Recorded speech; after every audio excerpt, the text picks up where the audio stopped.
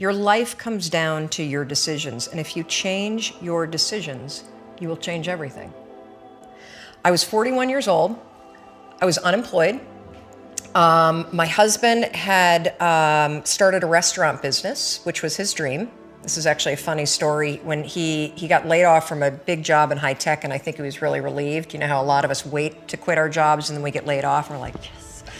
And he said, I'm not gonna look for a job, I'm gonna go into the restaurant business. And I think I said the most famous lines of our marriage at that point. I looked at him and I said, listen, buddy, inspiration is for strangers. You get your butt back to that job and you pay the mortgage.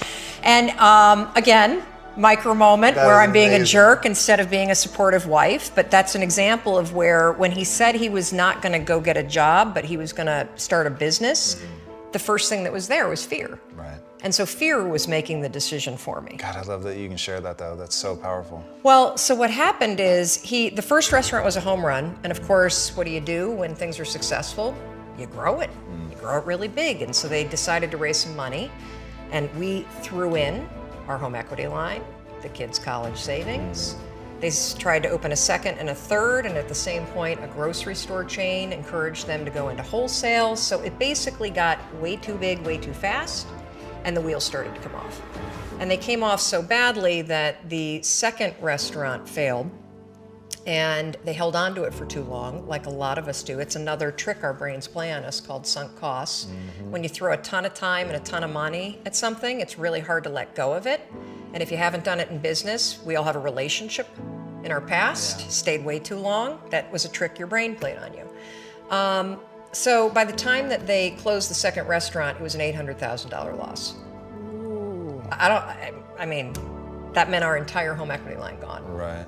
It meant kids' college. I get just choked up just thinking about how terrifying it was.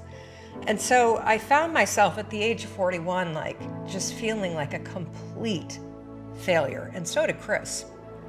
And to make it worse, not only had we lost all of our savings, but so many friends and family members had invested. And so there was this real tension between the truth of what was happening and what you had to do in public, because it was a public business. Shame, failure, embarrassment, and the liens started to hit the house. The phone started to ring, and it was nothing but collection calls. And I just remember feeling this tremendous shame. And at some point, I think we all hit that moment in life where things just are not going how you thought they would go. And what's amazing about those moments is we all respond very differently. So my husband, he would spring out of bed and he would head right out that door, 6 o'clock in the morning, and he would go meet his partner, and they would go to the bank and they would dig right in and they would face their problems head on.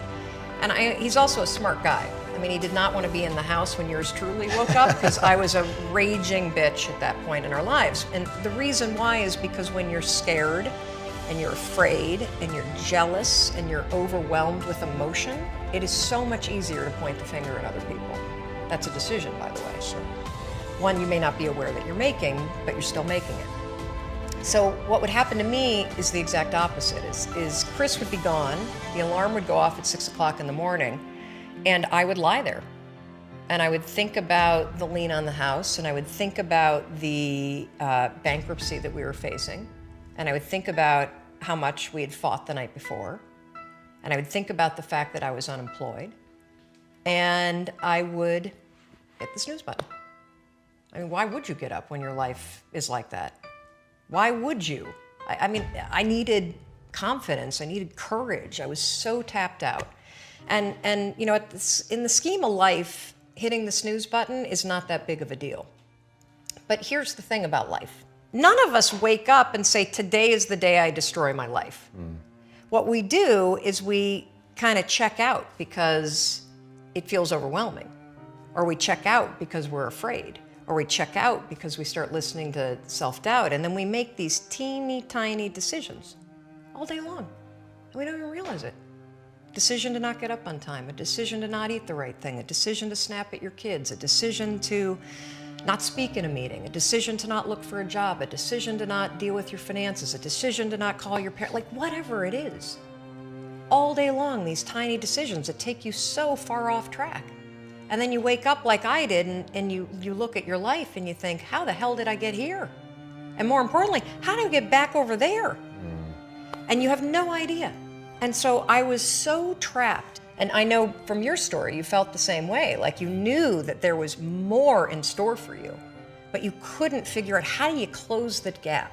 How do you find the power that's in you? How do you discover your greatness? How do you solve these problems? It feels so overwhelming when you can't. I mean, I would go to the grocery store and the items would scan and I would be sitting there readying my excuse because there was no way that my check card was going to clear. Wow. So I got in this struggle with myself that a lot of us find ourselves in, and that is you get trapped in what I call the knowledge action gap. You know what to do, but you can't seem to make yourself do it, right?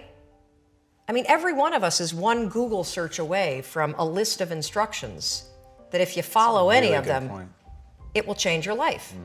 But how do you get out of your head and stop thinking about what you need to do and actually do it? And in my case, this stuff was pretty easy. Get up on time, make breakfast for the kids, get them on the bus, start looking for a job. Be nicer to Chris. Don't drink so much. Instead of isolating yourself, pick up the phone and call a friend. Get yourself out into the woods and go for a walk. Start running again. Like all these little things that I was capable of, but I couldn't get out of here.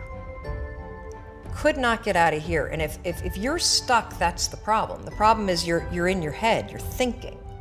That is the universal problem. And it all starts with this knowledge of what to do, and then you hesitate and you think about whether or not you feel like doing it.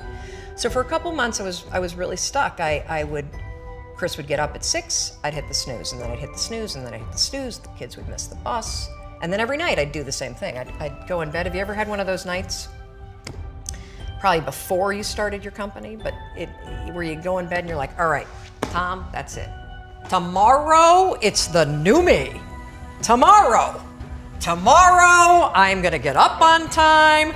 I am gonna go to the gym. I am gonna look for a job. I'm not gonna drink so much. It's gonna be amazing. The new me, the future me. Woo! Let's do this, right? Then you go to bed and you wake up 7 hours later and you're like, I don't feel like the new me. It's the only, that's a stupid, see, motivation's garbage. It's never there when you need it. Ever.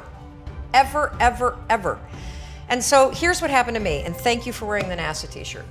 It's a really stupid story. It's a powerful story. So one night, Chris had gone to bed. I'd been struggling. We still had all the same problems. We still had a lien on the house, still facing bankruptcy, still fighting like crazy. I was still unemployed. They still hadn't figured out like the solution yet for the business.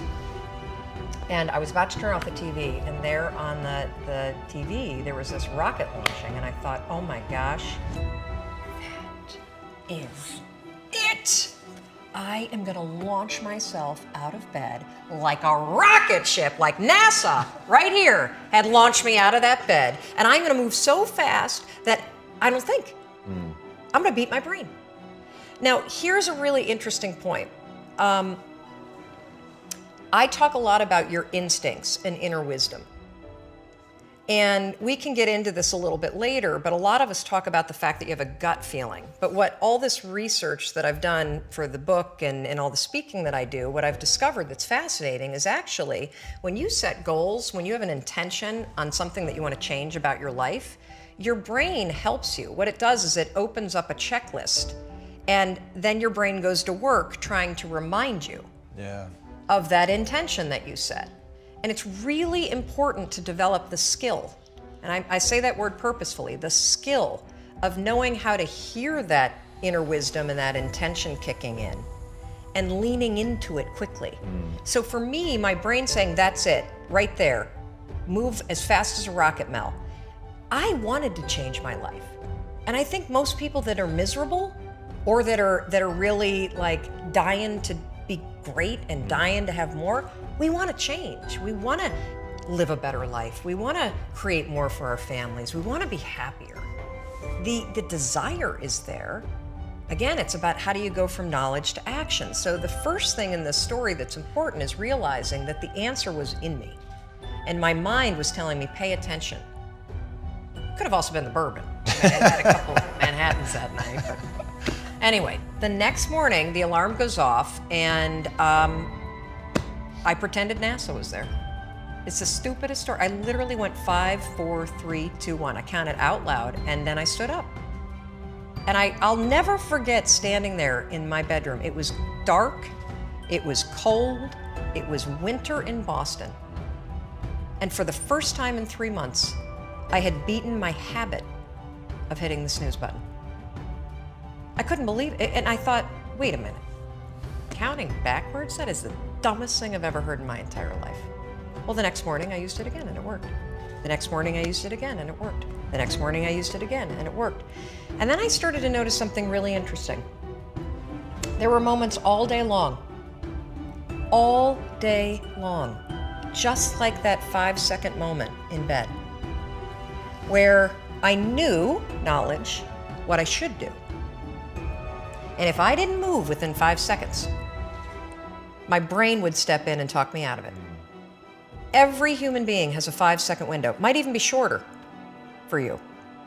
You have about a 5-second window in which you can move from idea to action before your brain kicks into full gear and sabotages any change in behavior. Because remember, your brain is wired to stop you from doing things that are uncomfortable or uncertain or scary. It's your job to learn how to move from those ideas that could change everything into acting on them in the smallest moment. And for anyone right now at home who's thinking like, this sounds too simple, too easy, talk a bit about your community, because reading some of their comments, it's crazy how many people, like the sheer volume of people you quote in your book, but if you also go online and just look at the people that are like directly reaching out to you, it is an avalanche of people that have stories around the 5-second rule. Well, one of the reasons why I'm so excited about this book, and look, you don't have to buy the book. This is an idea that you can use. It's free. It's backed by science. More than 8 million people around the world have discovered it. And you know, you're talking about the number of people. We've heard from more than 100,000 people in 80 countries that are using this rule. We know of 11 people who have stopped themselves from killing themselves using this rule. I saw one of those outreaches. Yes, there's a guy, Steve, that wrote to us who was a veteran. He was suffering from post-traumatic stress disorder. He boarded a ferry overseas with the intention to jump over. He walked over to the railing and his inner wisdom kicked in. In that moment, the 5-second rule, 5, 4, 3, 2, 1, counting backwards, moved away from the railing, asked for help, saved his life. His story has inspired countless other people that have heard me in the speeches that I give around the world about this one tool. And so, you know, the thing that's so cool about this, and I should tell you the science behind it, because I'm going to be honest with you, it is stupid. Had I ever thought that I would find myself 8 years after discovering it, spending my days telling people about the 5-second rule? First of all, I would have picked a different name, because it reminds you of the one where you have to like pick up food within 5 seconds off the floor, right? It was my secret weapon. This was something I did. I never intended to tell anybody, because I went from getting up on time and waking up on time to shaking up my entire life. Because when you understand the power of a 5-second decision, and you understand that you always have a choice to go from autopilot to decision maker, everything in your life will change. You will be a different negotiator, you will be different in sales, you will be unstoppable in the gym, because you will realize the amount of garbage that you put in the way of your hopes, of your dreams, of your potential, of your confidence, of your courage. Everything comes down to the decisions that you make.